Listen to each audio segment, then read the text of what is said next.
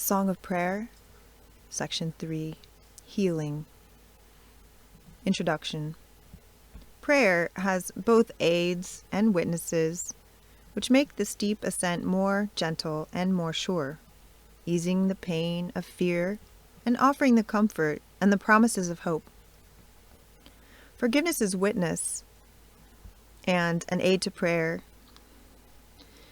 a giver of assurance of success and ultimate attainment of the goal, is healing. Its importance should not be too strongly emphasized, for healing is a sign or symbol of forgiveness's strength, and only effect or shadow of a change of mind about the goal of prayer. The cause of sickness.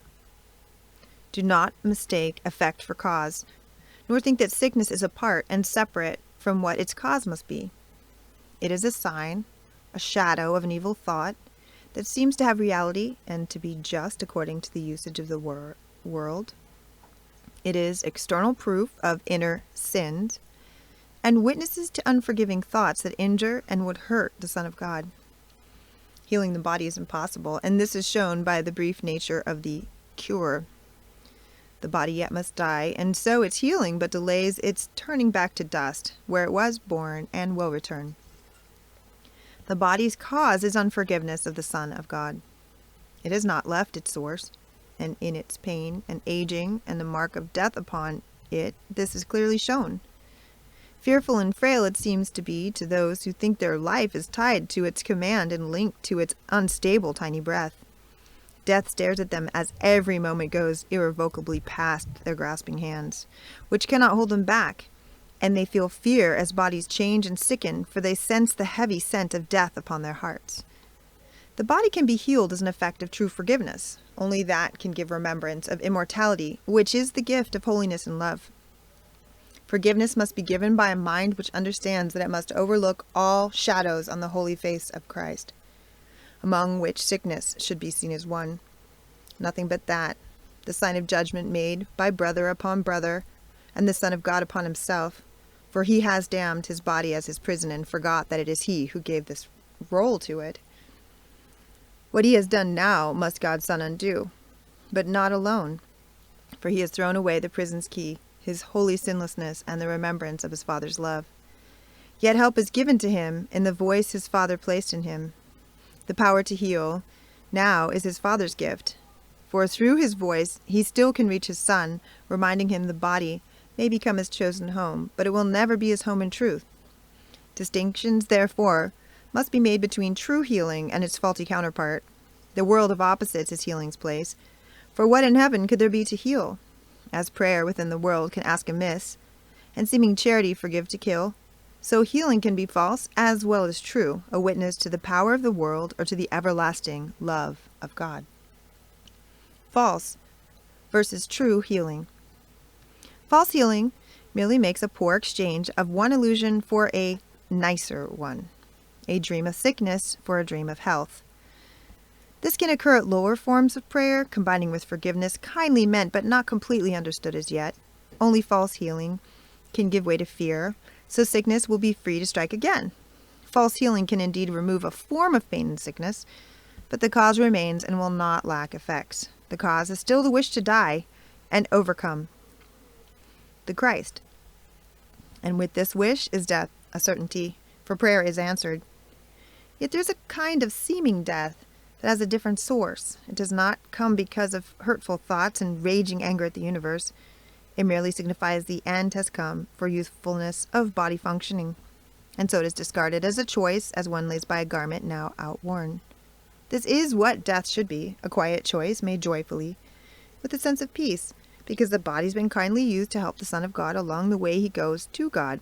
We thank the body then for all the service it has given us, but we are thankful too the need is done to walk the world of limits and to reach the Christ in hidden forms and clearly seen at most in lovely flashes. Now we can behold him without blinders in the light that we have learned to look upon again. We call it death, but it is liberty. It does not come in forms that seem to be thrust down in pain upon unwilling flesh, but is a gentle welcome to release. If there has been true healing, this can be the form in which death comes, when it is time to rest a while, from labor gladly done and gladly ended. Now we go in peace to freer air and gentler climate, where it is not hard to see the gifts we gave were saved for us. For Christ is clearer now, his vision more sustained in us, his voice, the word of God, more certainly our own. This gentle passage to a higher prayer, a kind forgiveness of the ways of earth, can only be received with thankfulness. Yet first true healing must have come to bless the mind with loving pardon for sins it dreamed about and laid upon the world. Now are its dreams dispelled in quiet rest. Now its forgiveness comes to heal the world, and it is ready to depart in peace, the journey over and the lessons learned. This is not death according to the world, for death is cruel in its frightened eyes and takes the form of punishment for sin. How could it be a blessing then? And how could it be welcome when it must be feared? What healing has occurred in such a view of what is merely opening the gate to higher prayer and kindly justice done? Death is reward and not a punishment, but such a viewpoint must be fostered by the healing that the world cannot conceive. There's no partial healing.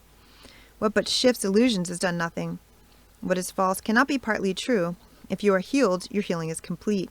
Forgiveness is the only gift you give and would receive. False healing rests upon the body's cure, leaving the cause of illness still unchanged, ready to strike again until it brings a cruel death and seeming victory. It can be held at bay a little while, and there can be a brief respite as it waits to take its vengeance on the Son of God. Yet it cannot be overcome until all faith in it has been laid by and placed upon God's substitute for evil dreams, a world in which there was no veil of sin to keep it dark and comfortless.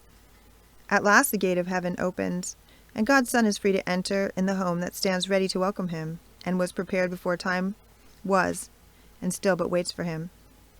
Separation versus union. False healing heals the body in a part, but never as a whole. Its separate goals become quite clear in this, for it has not removed the curse of sin that lies on it. Therefore it still deceives. Nor is it made by one who understands the other as exactly like himself. For it is this that makes true healing possible. When false, there is some power that another has, not equally bestowed on both as one. Here is the separation shown, and here the meaning of true healing has been lost. Idols have arisen to obscure the unity that is the Son of God. Healing to separate may seem a strange idea, and it can be said of any form of healing that is based on inequality of any kind. These forms may heal the body, and indeed are generally limited to this. Someone knows better, has been better trained, or perhaps more talented and wise. Therefore he can give healing to the one who stands beneath him in his patronage. The healing of the body can be done by this because in dreams equality cannot be permanent. The shifts and change are what the dream is made of. To be healed appears to be to find a wiser one who by his art and learning will succeed. Someone knows better. This is the magic phrase by which the body seems to be the aim of healing as the world conceives of it. And to this wiser one another goes to profit by his learning and his skill, to find in him the remedy for pain. How can that be?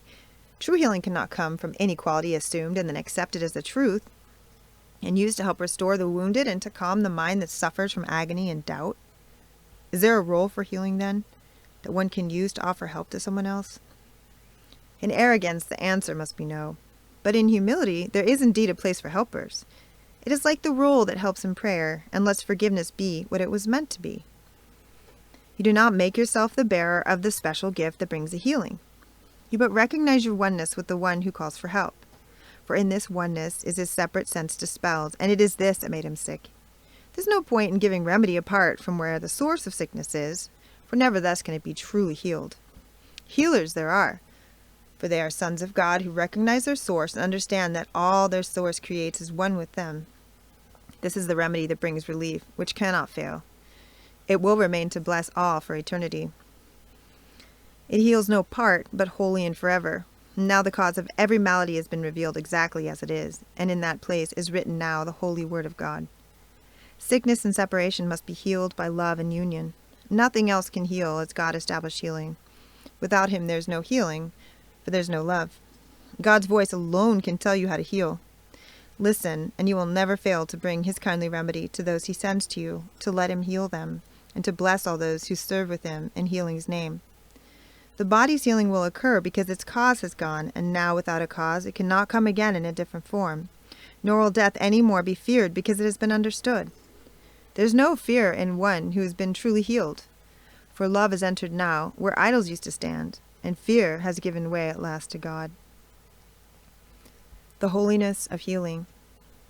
How holy are the healed, for in their sight their brothers share their healing and their love, bringers of peace, the Holy Spirit's voice, through whom he speaks for God, whose voice he is, such are God's healers. They but speak for him and never for themselves. They have no gifts but those they have from God, and these they share because they know that this is what he wills. They are not special. They are holy. They have chosen holiness, and given up all separate dreams of special attributes through which they can bestow unequal gifts on those less fortunate. Their healing has restored their wholeness, so they can forgive and join the song of prayer in which the healed sing of their union and their thanks to God. As witness to forgiveness, aid to prayer, and the effect of mercy truly taught, healing is blessing. And the world responds in quickened chorus through the voice of prayer. Forgiveness shines its merciful reprieve upon each blade of grass and feathered wing, and all the living things upon the earth. Fear has no haven here, for love has come in all its holy oneness. Time remains only to let the last embrace of prayer rest on the earth an instant, as the world is shined away. This instant is the goal of all true healers, whom the Christ has taught to see his likeness and to teach like him. Think what it means to help the Christ to heal. Can anything be holier than this? God thanks his healers, for he knows the cause of healing is himself, his love, his Son, restored as his completion and returned to share with him creation's holy joy. Do not ask partial healing, nor accept an idol for remembrance of him whose love has never changed and never will. You are as dear to him as is the whole of his creation, for it lies in you as his eternal gift. What need have you for shifting dreams within a sorry world? Do not forget the gratitude of God. Do not forget the holy grace of prayer. Do not forget forgiveness of God's Son. You first forgive, then pray, and you are healed. Your prayer has risen up and called to God who hears and answers. You have understood that you forgive and pray but for yourself. And in this understanding you are healed. In prayer you have united with your source and understood that you have never left. This level cannot be attained until there is no hatred in your heart and no desire to attack the Son of God. Never forget this. It is you who are God's Son. And as you choose to be to him, so are you to yourself, and God to you. Nor will your judgment fail to reach to God, for you will give the role to him you see in his creation. Do not choose amiss, or you will think that it is you who are creator in his place, and he is then no longer cause but only effect. Now healing is impossible, for he is blamed for your deception and your guilt. He who is love becomes the source of fear, for only fear can now be justified. Vengeance is his great destroyer, death, and sickness, suffering, and grievous loss become the lot of everyone on earth, which he abandoned to the devil's care, swearing he will deliver it no more. Come unto me, my children, once again, without such twisted thoughts upon your hearts.